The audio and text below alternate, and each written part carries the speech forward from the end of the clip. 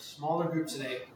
But it is a snow day in Toronto. People might come in and trickle in later. People may trickle in later. We'll probably have a few people watching online. I know that we have one special guest online, Daniela, our amazing dietitian. Unfortunately, because of the snow, she got stuck in a snowbank. Yeah, and I know she really, really wanted to be here, but it's really messy outside. Yeah, really, really messy. So she got home safe. She is safe, which is good. She is watching from home, and if you are watching from home, Daniela will be putting in all her tips, all her amazing research that she put together for today's class. I know she did put quite a bit of work into today, but she will be posting it in the chat. So if you're watching online, keep an eye on the chat. Daniela's in there. You can even ask your questions directly. I'm sure she'll be able to answer that way. And I will do my best to relay what she types to our group here. But yeah, we have a fun class today. Welcome to Community Connections, January. Starting it off with a bang for sure. Today, what Daniela and I wanted to focus in on was sort of simplifying nutrition. What are some tips and habits that we can develop or incorporate into our lives to sort of simplify nutrition, to simplify eating well? I think now more than ever, if you're watching the news or on social media, there's just an endless bombardment of nutrition fads and wellness experts, and I'm using my quotations. And you know, if you're following the news down south, there's also been another whole circus of their nutrition program. So I think, you know, especially from Danielle's point of view, and I think a lot of dietitians like Danielle probably want to convey the messaging to make it simpler for people to follow, so that achieving more of a healthy plate and more healthy habits and routine when it comes to nutrition is easier and is accessible and is sustainable. I think that is definitely the message that we want to get across today. From a cooking perspective, also, how do we make the cooking a little bit easier, a little bit simpler, and more sustainable, right? So that's the goal for today. I am going to read, because I know Daniela put an introduction, and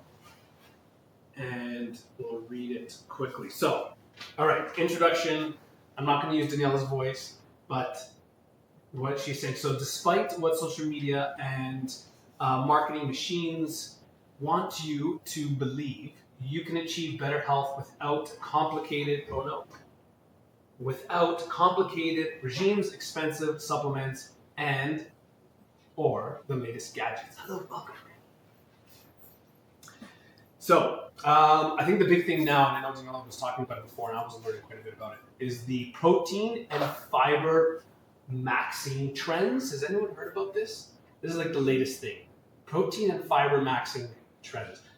For protein, I'm seeing it more and more. I think the latest was the, maybe I won't name them, but the big coffee chain with the mermaid on it that is now adding protein boosters and supplements to your morning latte.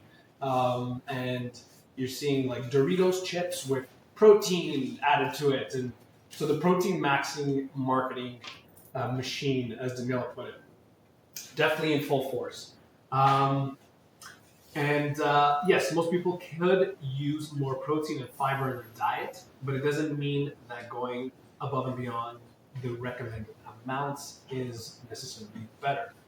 And the types of food consumed are also key. Overly processed foods that are artificially enhanced with protein and fiber may lack other essential nutrients needed for a balanced diet. Again, this is the messaging from Daniela.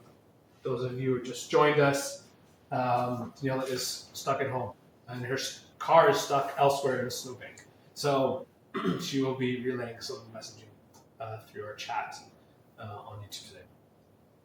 So that's the idea for today, is sort of how do we simplify?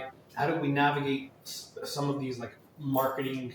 Some of them are gimmicks. Definitely a lot are put on by these companies to market their foods, to plus up their foods, to probably improve their sales and pick up on a lot of these trends.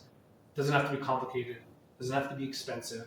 We can definitely achieve still a balanced plate through some simple means.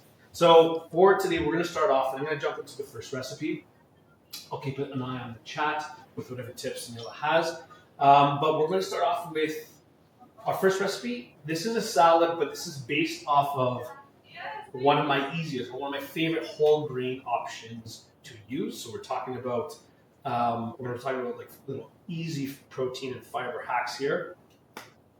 For fiber, looking at those whole grains, I think the biggest challenge is a lot of the whole grains to cook from scratch take a little bit more time. This is the one that I want to highlight today, and we're going to make a salad out of it. Has anyone used couscous before? Yes. Okay. So there is whole wheat couscous. You have regular couscous, but you also have whole wheat couscous, which is a little bit darker. It is advertised as whole wheat couscous. I'll show you the regular, just so you can see the difference. You can see sort of a little bit lighter.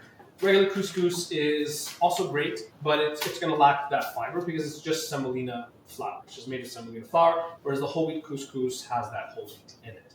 So in terms of fiber, you're definitely getting more here. But from a cooking perspective, this takes like 3 minutes to cook. Not much time at all, and you really don't have to do much. You just have to soak it with some hot water, fluff it up with a fork, and you have this really, really nice starch. And it's a whole grain starch. So definitely keeping it simplified. And a great item to add to your pantry, into your pantry staples, into sort of your pantry routine. So I think through, again, some of the tips to navigate through the marketing and what is a good tip and what is maybe just fluff is great, but also setting up your kitchen with some of these tools and some of these staple ingredients that will, again, make that more balanced plate a little bit more accessible, a little more sustainable, is really, really helpful, okay? So, really easy. We're going to take our whole grain couscous here. I'll put about a cup in a bowl. You can increase or reduce this based on how much you want to make. The cooking ratio is 1 to 1, so it's very easy. 1 part of your dry couscous to 1 part boiling water or hot water, okay? So I'll put about a cup in our bowl. Now, the couscous on its own with water will taste probably as good as you might think dry grain and water would taste. So you want to enhance it. You want to add a little bit more to this, right? And this is where you have options. You can play around with it a little bit. I can go with some like garlic powder, some dried herbs. I have a clove of garlic, so I'll add that. But again, keep it simple. If you don't want to even go through the hassle of mincing a clove of garlic, just use some powdered garlic or spices. Okay, so we're using this little rasp here. Love this tool, one of my favorite tools. Mince that clove of garlic in there. I'm going to take a lemon. I'm going to use that same rasp, and I'm just going to take the outside, so wash the lemon really, really well. And I'm just going to take the outside of that lemon off and add that in. That's a free ingredient, a free flavor enhancer that comes with the lemon. Lemons are, more and more expensive. Every week we go and it's like the price of citrus keeps going up. So use every part of it. Don't make it go to waste. Those essential oils in the lemon are all kept right here in the outside. And it's an easy way to enhance the flavor, right? So we're adding some garlic, some lemon. I will add some of the juice of our lemon as well. We'll squeeze it all in. If you have a little bit of challenge squeezing the lemon, what you can do is stick a fork in it and squeeze it over the fork, and it makes it much, much easier. If you do have seeds, Let me just pick them out. You can strain it when you actually put the juice in, but there's only a couple there. So a little bit of that juice, a little bit of that zest, a little bit of that garlic, and then another easy, accessible way to add some additional protein and fiber, frozen green peas. I think, again, it's very easy for us to like go to the trendy thing and what looks good and exciting. Frozen peas have been with us for a very long time, and they're still absolutely amazing. They don't have to do much to them. I'm going to add a bunch right to this bowl.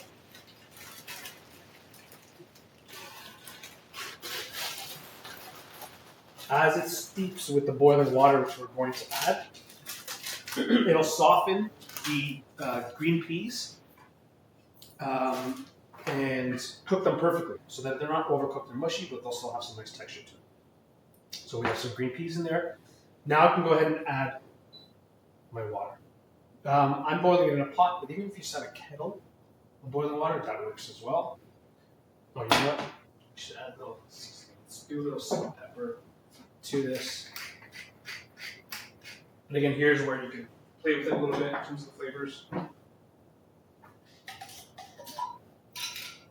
little pinch of salt. And we'll add, again, it's 1-to-1 ratio. So I am eyeballing it, but essentially until it's like covered, you're good to go. And then what we want to do is trap the steam. So if you have like a clean dish towel, that'll work. I'm just going to use a plate. That's it. This is the hardest part of the recipe, is cooking the couscous, and that is how we're cooking it. So really easy. And again, if I just use a kettle, I don't even have to turn my stove on, right? So again, keeping it simple for sure. And in like 3-4 minutes, that will be done, which is great. Now, as part of the recipe, to add some additional protein, again, another easy way to do that, we're going to be using some hard-boiled eggs on there. So what's nice is this recipe from the beginning to end, should take like no more than 10 minutes, 15 minutes. As I pour some of my boiling water over my couscous, I can throw my eggs in there and let that cook. You know, a low boil for like 7 minutes for sort of softer yolk, and then I can go 9 minutes for harder yolk. So that's the range depending on your preference. But while that's cooking in there, for another easy additional protein that we can add, this will be sort of absorbing the liquid and those flavors that we have. So top from front to end, like 15 minutes max, and we have this really nice fiber-rich, protein-rich salad. Okay, let's check in with Daniela. So I know she has. Okay, key point: if eating a high-quality protein at every meal and snack, you're likely getting plenty of protein and don't need expensive supplements. So Canada's Food Guide recommends protein makeup, that the protein makes up 1/4 of the plate. And that spreading protein evenly across meals and snacks helps the body to use it more efficiently to build and preserve muscle. It also supports bone health and helps to satisfy appetite. So instead of like jamming all the protein for your day into one latte, maybe spreading it throughout the day is going to be the best thing for your body, right? In your meals, in your snacks, it doesn't have to be 50 grams of protein with every bite that you take, but it's sort of pairing it up together, okay, and adding it over the day. Any questions for Daniela, by the way? I can relate to her. Yes.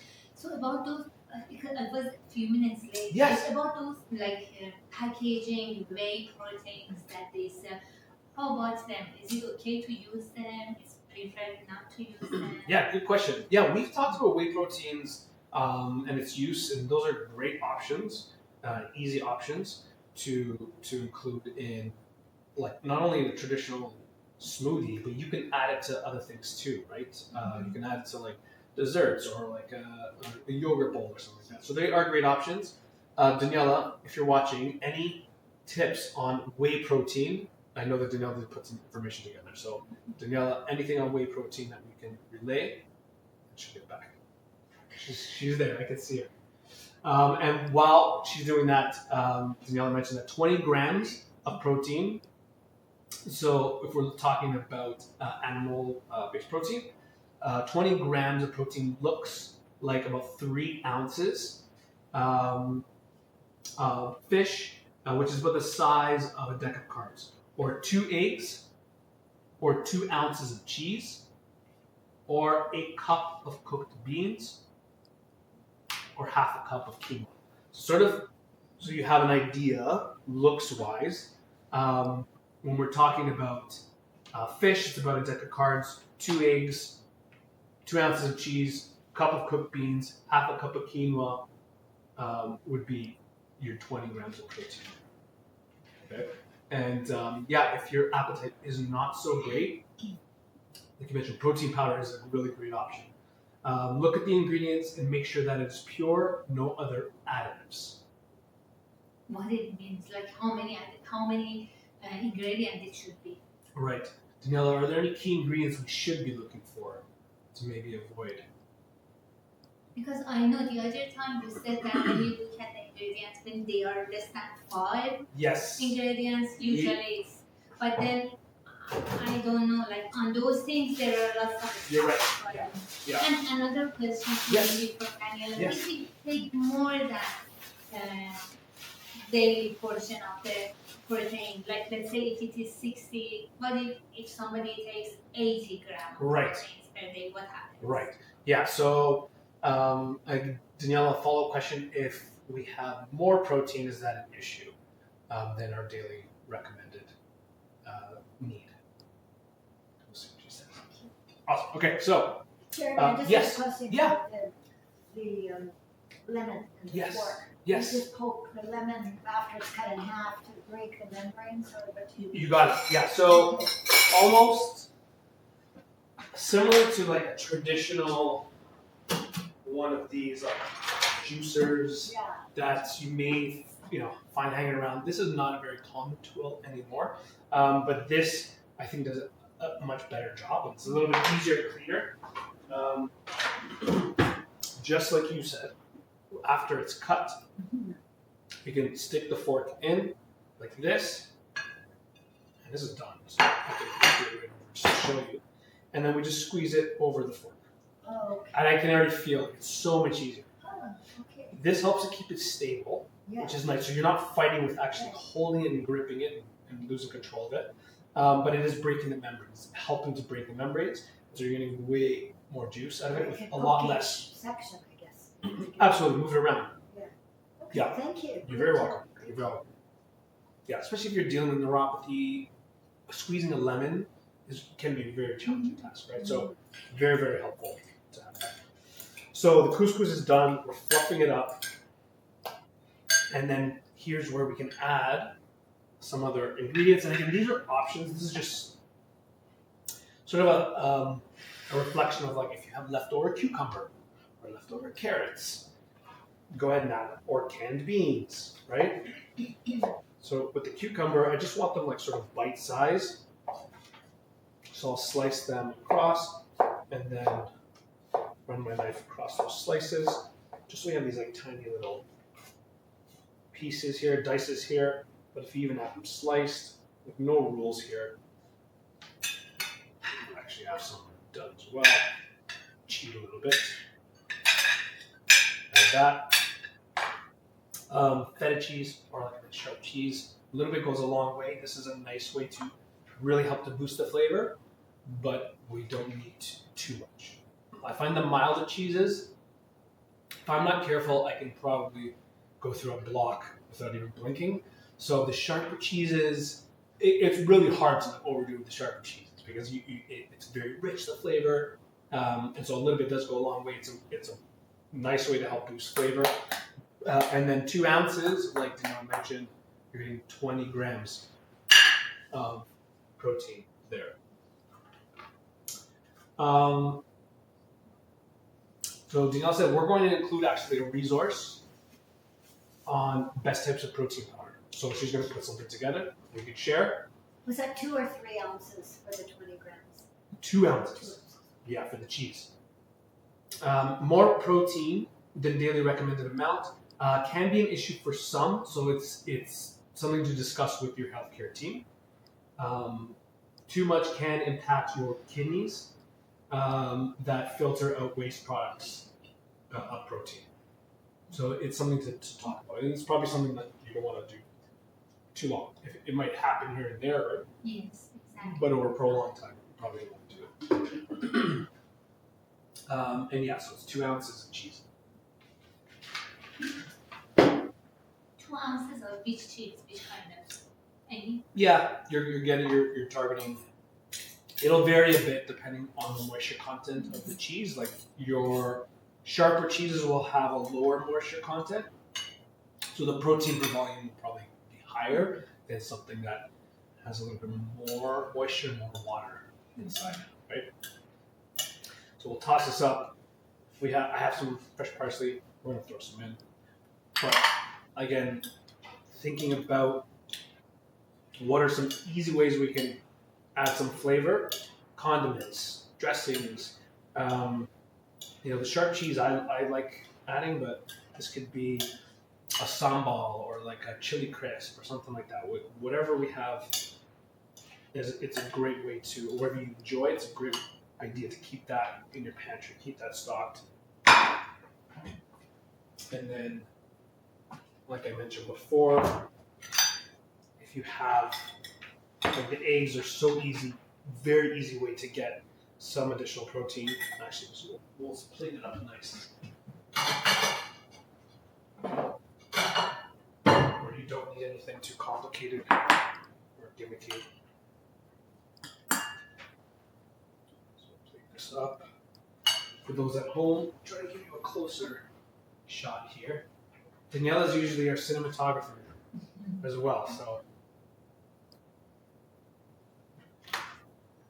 All right.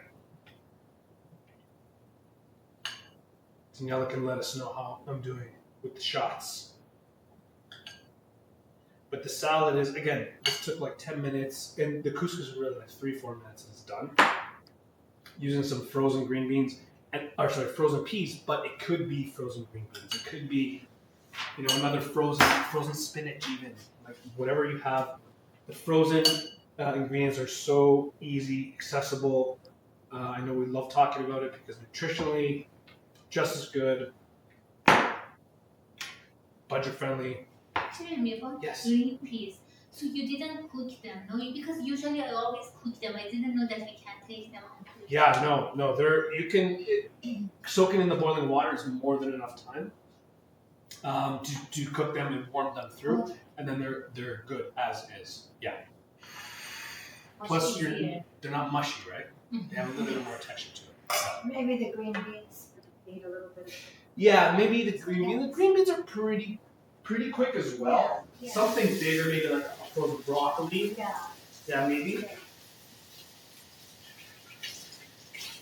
But for something like spinach, that would also be pretty easy. And what you could do is if you had a frozen veg that you wanted to include, while your water's boiling, you can just toss it in there for like an extra minute or two, and then pour it all in just to let your couscous steam.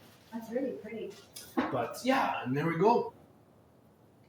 Our pretty quick, higher in protein and fiber lemon green pea couscous bowl. So that's our first recipe.